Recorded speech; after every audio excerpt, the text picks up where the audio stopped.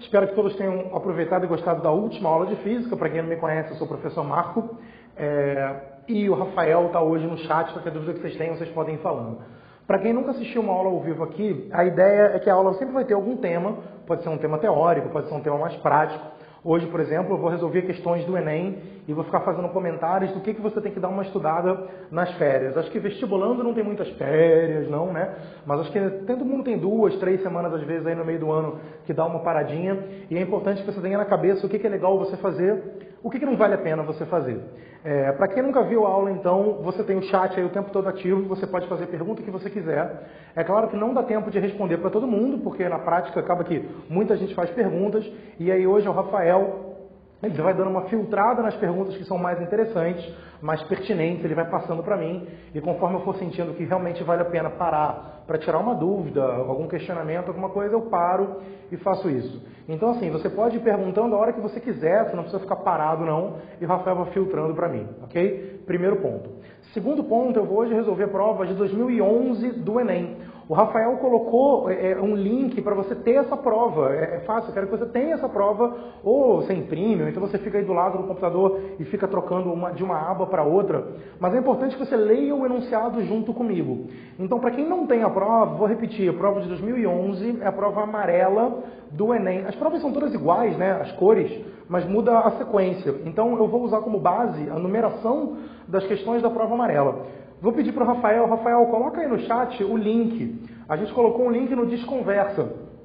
O Rafael vai colocar agora o link para vocês, então vocês vão olhar aí no chat, pode clicar. Mas quem já quiser ir digitando www.desconversa, não é Descomplica, é Desconversa, que são os nossos blogs. Se você não conhece, vai lá dar uma olhada nos blogs. www.desconversa.com.br/física. Então é só digitar www.desconversa.com.br/física. E aí você vai ver o link ali, Enem, Prova Amarela 2011, para você poder clicar. Estamos tendo algum probleminha aí? Pode seguir? Rafael, alguma dúvida? Rafael, alguma dúvida? Tranquilo? Alguém digitou alguma coisa? Legal. Então vamos parar de falar sobre o que vai ser a aula. Corre lá para pegar logo essa prova. Enquanto você está me ouvindo, já vai mudando de aba aí para você poder baixar essa prova logo e para poder começar a trabalhar. Então, assim, para quem não sabe, a primeira coisa que você tem que saber, ou deveria saber, mas tudo bem, vai passar a saber agora, é que a prova do Enem é uma prova, acho que a maioria de vocês já ouviu isso, uma prova interpretativa. O que isso quer dizer? Isso quer dizer que a maioria das coisas que você precisa saber para resolver a questão, a maioria das coisas está no enunciado. Paramos aí? Vamos seguir? A maioria das coisas que você precisa saber, elas estão no enunciado. Então a principal coisa no Enem, e todo professor deve falar isso, e você não deve dar muita bola na maioria das vezes, mas eu quero que você preste atenção nisso. A principal coisa é ler o enunciado com calma. Lê a pergunta, volta para o enunciado. Como essa prova é muitas vezes interpretativa, o enunciado diz muito do que você precisa para resolver a questão. Eu vou fazer várias questões que deixam isso muito claro. E essa primeira questão já deixa isso muito claro. Eu não vou usar nenhuma equação, eu não vou usar nenhuma fórmula, eu vou simplesmente interpretar o que o texto diz e achar a opção correta. E essa não é a única vez que eu vou fazer isso, não. Na prova de 2011, a maioria das questões de física é assim. Quase todas as questões de física você resolve inteira, sem usar nenhuma fórmula, nenhuma equação, só interpretando o enunciado e resolvendo. Vamos agora parar de blá blá blá e vamos começar. Vou começar então pela questão 47. É importante que todo mundo esteja com a prova na mão, então vai lá no link, já dei, o Rafael já digitou, prova de número questão de número 47 da prova Enem 2011, prova amarela. A questão 47 começa assim, presta atenção, se você não pegou a prova, ouve com atenção. Partículas suspensas em um fluido apresentam contínua movimentação aleatória, chamado movimento browniano, causado pelos choques das partículas que compõem o fluido. Eu já quero parar, deixa eu puxar a cadeira aqui, para poder apoiar aqui, e eu já quero parar. Sempre que você pensa, eu não estou focado em resolver essa questão, eu estou focado em revisar coisas que podem aparecer e são importantes. Sempre que você pega um fluido, você pega lá um gás, pega um fluido e coloca ele preso num recipiente, as moléculas desse fluido, você já deve saber disso, tem um certo nível de vibração. Então, quando eu pego, por exemplo, olha aqui, eu pego um recipiente qualquer, esquece esse desenho, esquece essa questão.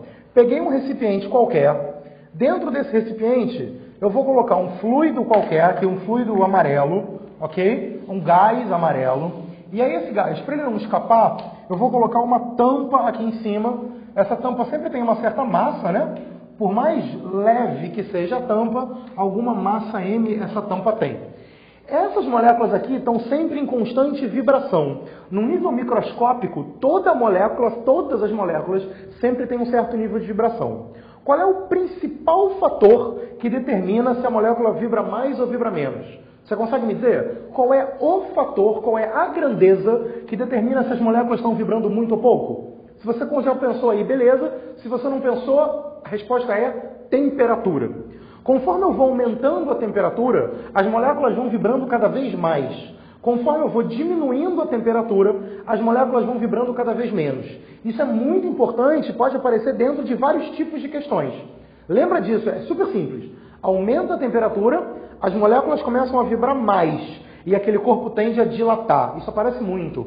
Diminui a temperatura, fica mais frio, as moléculas passam a vibrar menos e esse corpo tende a contrair. Essa é uma tendência natural, isso é muito importante. O que essa questão começa dizendo? Que quando eu pego moléculas de um fluido, elas têm uma movimentação. Essa movimentação é uma movimentação aleatória. Quando eu olho para uma molécula, eu não tenho como prever para onde ela está vibrando. Ela pode vibrar em qualquer direção, em qualquer sentido. Esse movimento aleatório dessas moléculas recebe um nome. E o nome está escrito. Eu não falei que está tudo escrito? Esse movimento aleatório das moléculas de um fluido se chama movimento browniano. Aí você me pergunta, mas eu tinha que saber isso? Não, está escrito. Tudo que eu falei está escrito. Eu tenho um fluido, essas moléculas apresentam um movimento aleatório, isso está escrito, e esse movimento aleatório das moléculas se chama movimento browniano. Tudo que eu falei está escrito.